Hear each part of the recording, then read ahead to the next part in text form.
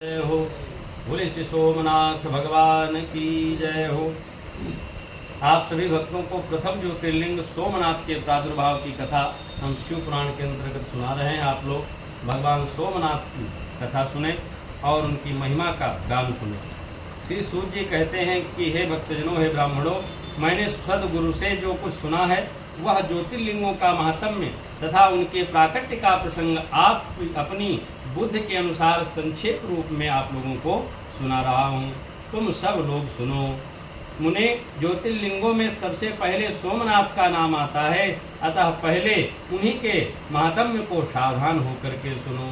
हे मुनीश्वरों, हे भक्तजनों, महामना प्रजापति दक्ष ने अपनी अश्वनी आदि तथा 27 कन्याओं का विवाह चंद्रमा के साथ में किया था।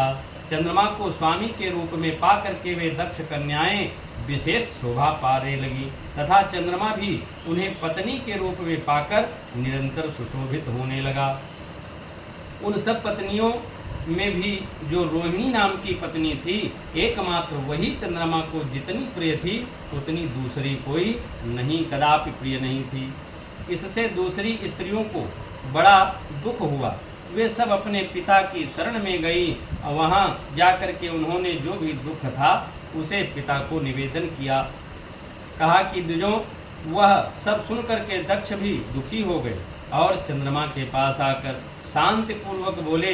दक्ष ने कहा, कलानिधे, तुम निर्मल कुल में उत्पन्न हुए हो, तुम्हारे आश्रय में रहने वाली जितनी स्त्रियां हैं उन सब के प्रति तुम्हारे मन में न्यूनाधिका भाव क्यों है?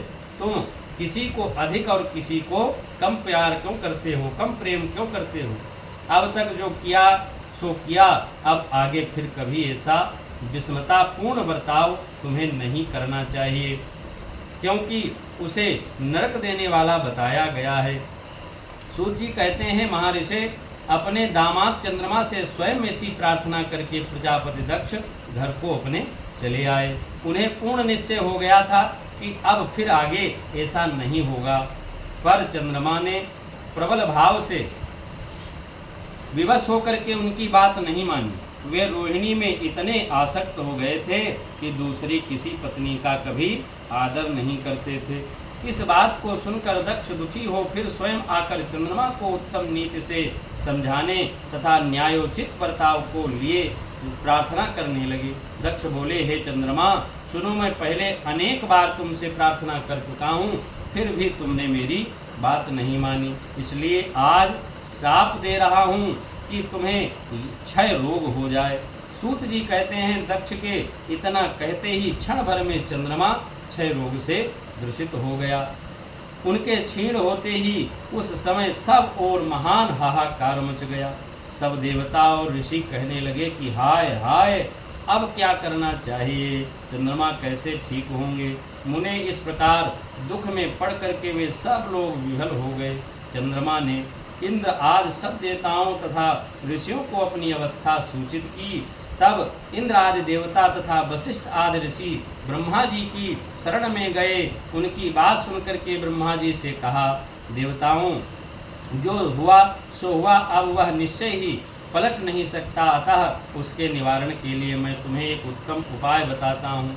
आदर पूर्वक सुनो। चंद्रमा देवताओं के साथ प्रभास नामक शुभ क्षेत्र में जाए और वहाँ महामृत्युंजय मंत्र का विधि पूर्वक अनुष्ठान करते हुए भगवान शिव की आराधना करे, गौरी शंकर की आराधना करे और अपने सामने शिवलिंग की स्थापना करके वहाँ चंद्रदेव नित्य तपस्या करें। इससे प्रसन्न होकर शिव उन्हें क्षय रोग रहित कर देंगे। तब देवताओं तथा ऋषियों के कहने से ब्रह्मा जी की आज्ञा के अनुसार चंद्रमा ने वहाँ 6 महीने तक, कितने महीने तक? 6 महीने तक निरंतर तपस्या की। मृत्युंजय मंत्र से भगवान बृहस्पति का पूजन किया। 10 करोड़ मंत्र जप और मृत्युंजय का ध्यान करते हुए 10 करोड़ मंत्र जप तथा महामृत्युंजय का ध्यान करते हुए चंद्रमा वहाँ स्थिर चित होकर के लगातार खड़े रहे। उन्हें तपस्या करते देख भक्त वत्सल भगवान करुणेश्वर करुणाकर दीन बंधु शंकर प्रसन्न हो गए, उनके सामने प्रकट हो गए और अपने भक्त चंद्रमा से बोले। शंकर जी ने कहा, चंद्रदेव, तुम्हारा कल्याण हो, तुम्हारे मन में जो अभीष्ट हो वह वर मांगो, मैं प्रसन्न हूँ, तुम्हें संपूर्ण उत्तम वर प्रदान करूँगा। चंद्रमा बोले कि हे देवेश्वर, हे कर्णेश्वर, आप अंतर्यामी हैं, यदि आप प्रसन्न हैं तो मेरे लिए क्या असाध्य हो सकता है। तदापि प्रभो शंकर, आप मेरे शरीर के इस क्षय रोग का निवारण कीजिए, इसे दूर कीजिए। मुझसे जो अपराध बन गया है उसे क्षमा कीजिए। शिव जी ने कहा कि हे चंद्रदेव, एक पक्ष में प्रतिदिन तुम्हारी कला क्षीण हो और दूसरे पक्ष में फिर वह निरंतर बढ़ती रहे।